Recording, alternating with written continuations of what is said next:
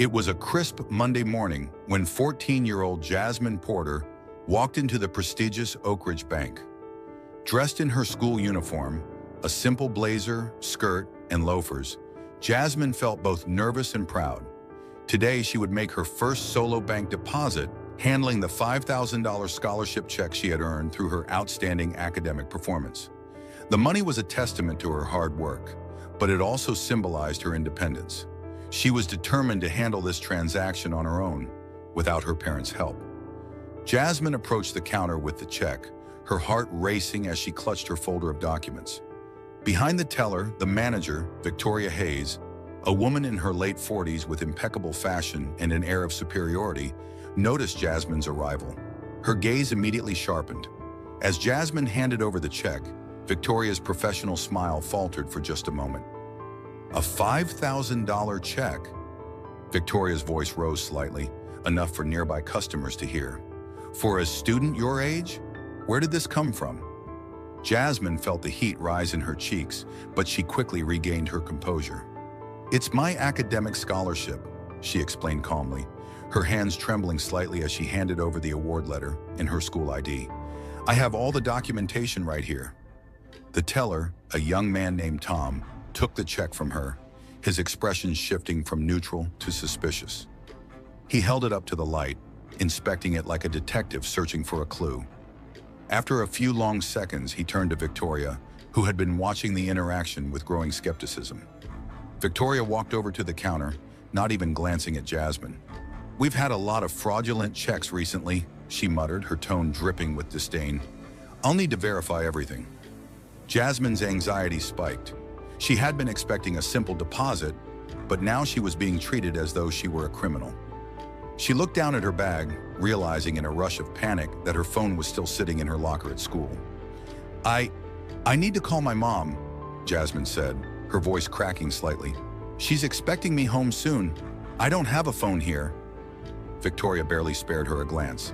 That's not our problem, she snapped, her tone cold and dismissive. You'll wait until we finish our verification process. The words stung. Jasmine stood motionless as Victoria turned away, the condescension in her every step. The bank manager walked to a corner, her arms crossed in front of her, her expression smug as she observed Jasmine standing in the middle of the busy lobby. Jasmine's heart pounded in her chest as she was left standing in the corner, unable to move. Around her, the hustle and bustle of the bank continued, but she felt as if the entire room was watching her. Whispers began to circulate among the other customers, some glancing her way with open curiosity, others with barely concealed judgment. She stood there for what felt like an eternity. As the minutes ticked by, the humiliation only deepened. Every second felt like an eternity, the marble floor beneath her feet growing colder with each passing minute. Despite the situation, Jasmine's mind remained sharp. She had always been observant, taking note of the way people interacted with one another, the subtle differences in treatment, the way some people were treated with deference while others were ignored or brushed aside. She had noticed it before, but today she was living it. She wanted to scream, to demand that they give her back her documents, but she remained silent. Her father had always taught her to remain composed in the face of adversity, but she couldn't shake the feeling that the way she was being treated had nothing to do with the legitimacy of her scholarship and everything to do with the way she looked. From across the room, Jasmine could hear Victoria speaking to Tom in a low, almost conspiratorial voice. I'm telling you, we need to maintain our standards here, Victoria said. We can't just let anyone walk in and expect to be treated like they belong. Jasmine's heart sank. The words stung like a slap across her face. She was being judged not for who she was, but for how she looked. Her hands clenched into fists, and she fought to keep her composure. She had worked hard for this scholarship. She had earned it, fair and square, and now it felt like it was slipping away from her. She glanced at the clock on the wall. More time passed. The whispers continued. The only thing she could do now was wait. Jasmine Porter wasn't your average teenager. Despite living in Oak Ridge's most exclusive neighborhood, she had always valued simplicity over extravagance. Her family's home was elegant but understated. No ostentatious displays of wealth, just tastefully decorated rooms and a strong sense of community. Jasmine's mother, Dr. Naomi Porter, was a renowned financial expert who ran one of the most respected firms in the country. As a woman who had built her career from the ground up, Naomi had instilled in Jasmine a strong sense of independence and a belief that true success came from effort, not privilege. The Porters' wealth was substantial, but it wasn't flaunted. Dr. Naomi Porter believed in the power of education and hard work. She often reminded Jasmine that wealth wasn't just about accumulating money, it was about using that wealth for good. Jasmine had absorbed these lessons well, excelling in her studies and winning a full scholarship to Westridge Academy, a prestigious school known for its rigorous academics. This wasn't an achievement handed to her on a silver platter. Jasmine had worked tirelessly, earning her scholarship on merit, not on the strength of her mother's name. Her friends often marveled at her ability to balance academics, extracurriculars, and part-time work. But Jasmine didn't mind. She relished the challenge. It was her way of proving to herself and to the world that she could succeed on her own. Her mother had always been supportive, of course, but she never allowed Jasmine to take shortcuts. "I want you to have the same opportunities that others have," Naomi would say, "but I also want you to stand on your own 2 feet." Jasmine's decision to handle her bank deposit on her own was another step toward independence. She was 14, but she felt like she was ready to navigate the world as an adult. The scholarship check, which was the culmination of her hard work, felt like a symbol of her growing maturity. Earlier that morning, before heading to the bank, Jasmine had placed the check carefully in her folder. Her mother had sat at the breakfast table, reviewing some of her firm's financial reports, but she had paused to smile at Jasmine. "Are you sure you don't want me to come with you?" Naomi asked, her voice warm but with a hint of concern. "I've got it, Mom," Jasmine replied with quiet confidence. "I'm 14 now. It's time I learned to do this on my own." Her mother had nodded, her eyes filled with pride. Naomi knew that Jasmine was more than capable, and yet she couldn't help but worry. It was a mother's instinct, the desire to shield her child from harm, especially when the world could sometimes be harsh and unkind. Jasmine had reassured her, "I'll be fine. I'll go in, make the deposit, and be back before you even finish your meeting." It had seemed like such a simple task. Jasmine never imagined that just walking into a bank to deposit a scholarship check would lead to such an ordeal. As she waited in the corner of the bank, Jasmine couldn't help but reflect on the lessons her mother had taught her. She had always been raised to believe in fairness and equality, to treat people with respect, and to expect the same in return. But as she stood there, isolated and humiliated, she realized that the world didn't always play by the same rules. Jasmine had been forced to confront the uncomfortable reality that her appearance, her race, was a factor in how she was treated. It wasn't something she had fully understood before today. Growing up in Oak Ridge, she had never experienced discrimination like this. Sure, she had heard about it, read about it in books, but it always seemed so distant, so theoretical. Today, it was her reality. She glanced again at the clock, her anxiety rising. She had already been waiting far too long. Her mind raced. Why hadn't anyone come to check on her? Why was she still standing in the corner when all she had done was bring in a legitimate check to deposit? The longer she stood there, the more she felt the weight of the situation pressing on her shoulders. Her mother would expect her home soon. She needed to call her, but that too was denied. Time passed slowly in the corner where Jasmine stood, the weight of the situation pressing down on her. The marble floors felt cold beneath her feet, and the constant ticking of the wall clock seemed to amplify her growing sense of isolation. People came and went, but no one spoke to her. She was nothing more than an invisible figure, a source of silent judgment in the heart of the busy bank. As Jasmine stood there, her mind began to race. She glanced at the other customers, some of whom were being treated with obvious favoritism. A well-dressed elderly couple walked in, greeted with warmth and respect by Victoria Hayes, who personally escorted them to a VIP area. Not once did Jasmine receive such an acknowledgement. It was as if she didn't belong in this space, this world of polished marble and mahogany wood. A few minutes later, a young man with a thick accent came to the counter, paperwork in hand. Victoria, who had been watching him from across the room, immediately waved him away with a dismissive gesture. "Sorry, the system is running slow today. "It'll take a while to process your request," she said, her voice dripping with indifference. Jasmine watched, her stomach sinking, as the man walked away, clearly frustrated. Yet when a white couple entered just moments later with similar paperwork, Victoria's attitude shifted completely. She practically beamed as she ushered them to the counter. "Of course, let me take care of that for you right away," she said, her voice smooth and eager. "You're in good hands here." Jasmine's chest tightened with a mixture of anger and disbelief. This wasn't just a mistake. It wasn't just poor customer service.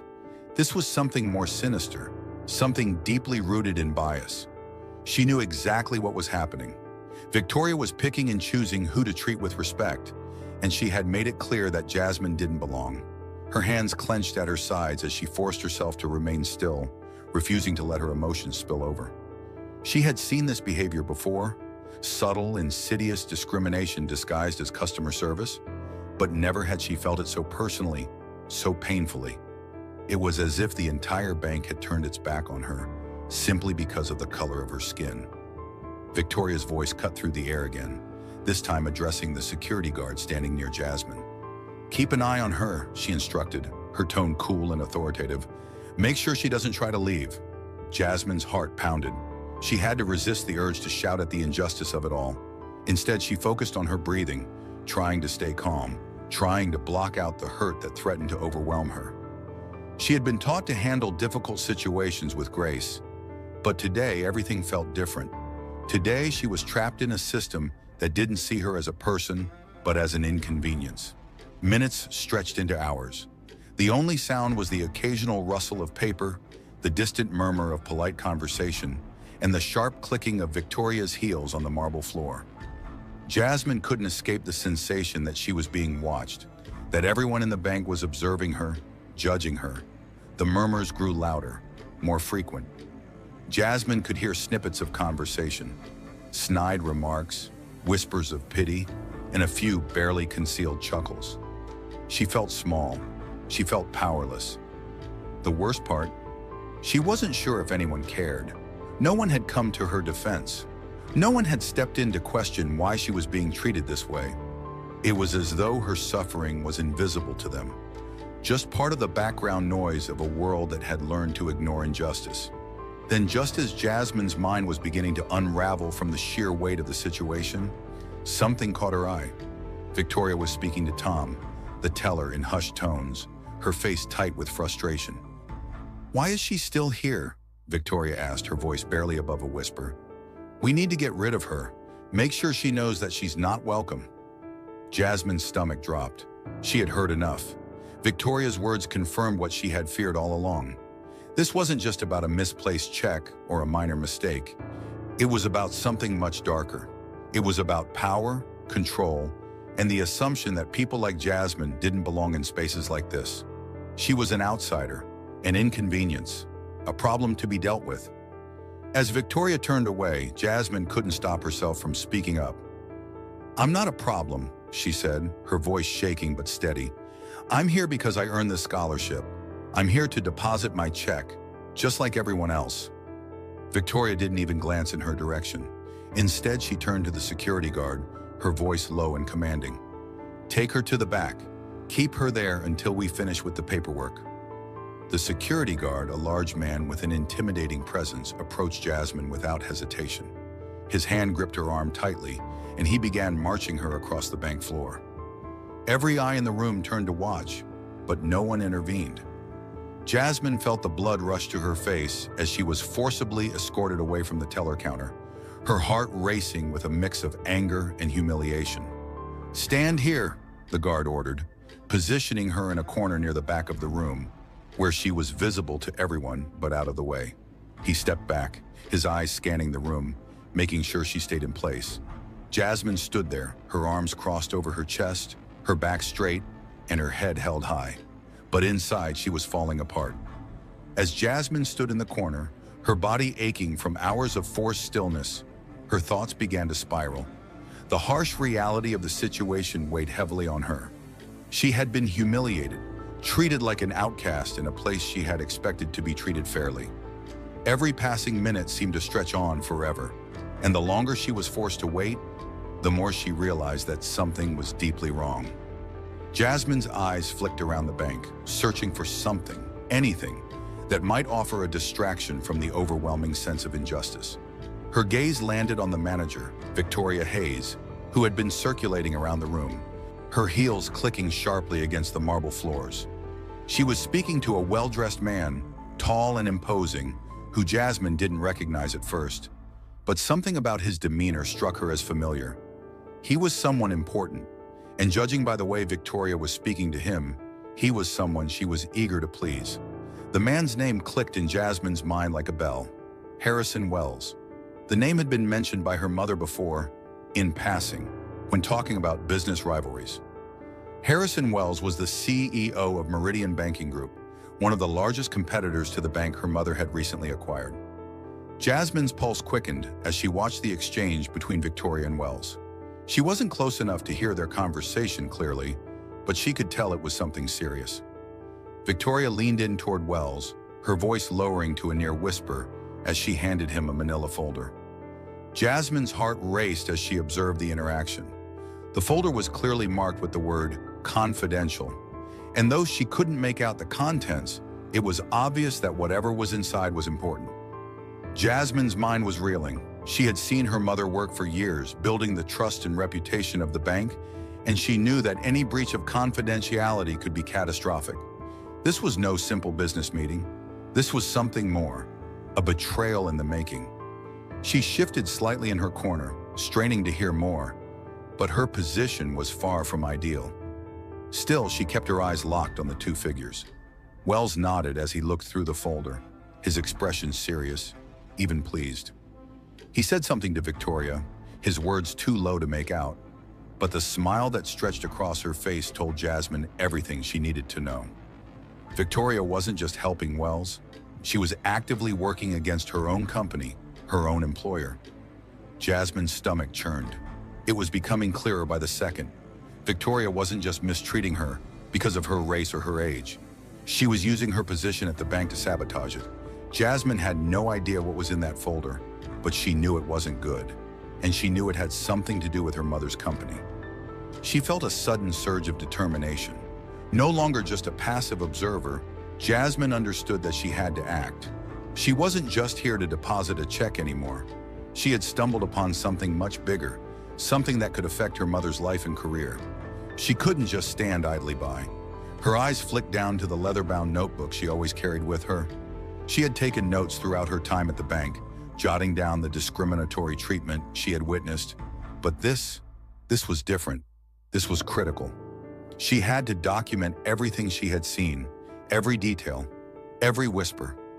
Jasmine had no idea what she could do with the information, but she knew she had to keep a record. She had to be prepared. As Victoria and Wells continued their hushed conversation, Jasmine quickly opened her notebook, her fingers trembling as she wrote. She noted the time, the names, and the suspicious folder, everything she had observed in those few moments.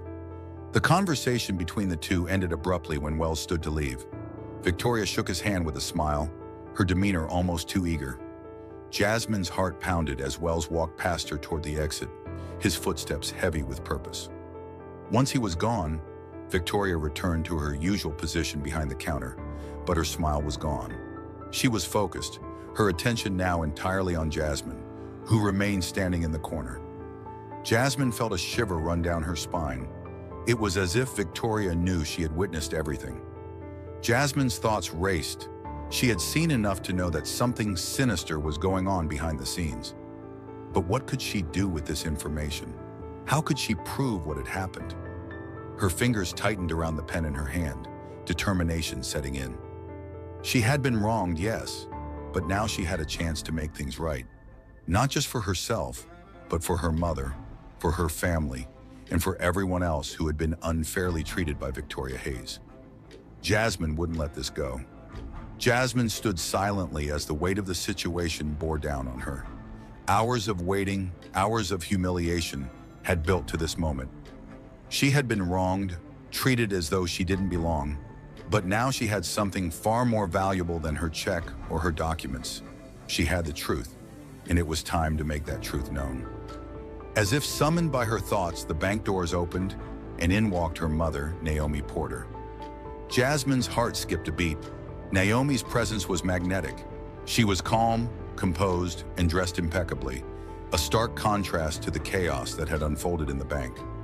Victoria Hayes, who had been overseeing Jasmine's ordeal, stood up straight as soon as she saw Naomi. "Miss Porter?" Victoria greeted her, her voice dripping with feigned politeness. "I wasn't expecting you today. How can I assist you?" But Naomi didn't respond with pleasantries. She turned immediately to Jasmine, her eyes narrowing as she took in the sight of her daughter standing alone, still isolated in the corner. A flash of anger crossed Naomi's face before she masked it with a calm exterior. "Jasmine, are you okay?" she asked, her voice laced with concern. Jasmine nodded, fighting to keep her emotions in check. "I'm fine, Mom," she said, her voice steady despite the whirlwind of thoughts inside her. "But there's something you need to know." Jasmine pulled out her leather-bound notebook and began recounting everything she had observed during her time in the bank. The preferential treatment shown to white customers, the cold indifference shown to her, and most importantly, the conversation between Victoria and Harrison Wells. She read aloud from her notes, her voice unwavering, as she recounted the suspicious meeting and the folder marked confidential. Naomi listened intently, her face hardening with each word. When Jasmine finished, Naomi turned to Victoria, her gaze sharp. "Ms. Hayes," Naomi said, her tone icy, "I believe you owe my daughter an apology, and I think you owe me an explanation." Victoria's confident facade began to crack. "I don't know what you're talking about," she stammered, but Naomi cut her off. "I know exactly what you've been doing," Naomi replied, her voice controlled but firm. "You've been conspiring with Harrison Wells, handing over confidential information to a competitor. This isn't just a case of poor customer service. This is corporate espionage." The bank fell silent. No one moved. Jasmine watched as Victoria's face turned pale, her composure crumbling under the weight of Naomi's words. She opened her mouth to defend herself but couldn't find the words. Naomi didn't give her the chance. "You're fired, Ms. Hayes," she said, "effective immediately." The words landed with a finality that seemed to echo throughout the bank. Security was called, and the large guard who had earlier escorted Jasmine to the corner now moved toward Victoria. "Please escort Ms. Hayes out," Naomi instructed. As Victoria was led away, her pride fully shattered, Naomi turned back to the room. "This institution will undergo a full review," Naomi said, her voice commanding. "We will implement changes to ensure that no one is treated with the same disrespect my daughter was today." No one. The room was still. Jasmine's heart beat steadily in her chest as she watched her mother take control of the situation, her strength a pillar Jasmine had always admired. The next few months were a blur of changes at the bank. The investigation into Victoria's actions uncovered not only her attempts to sabotage Naomi's business, but also a pattern of discriminatory behavior.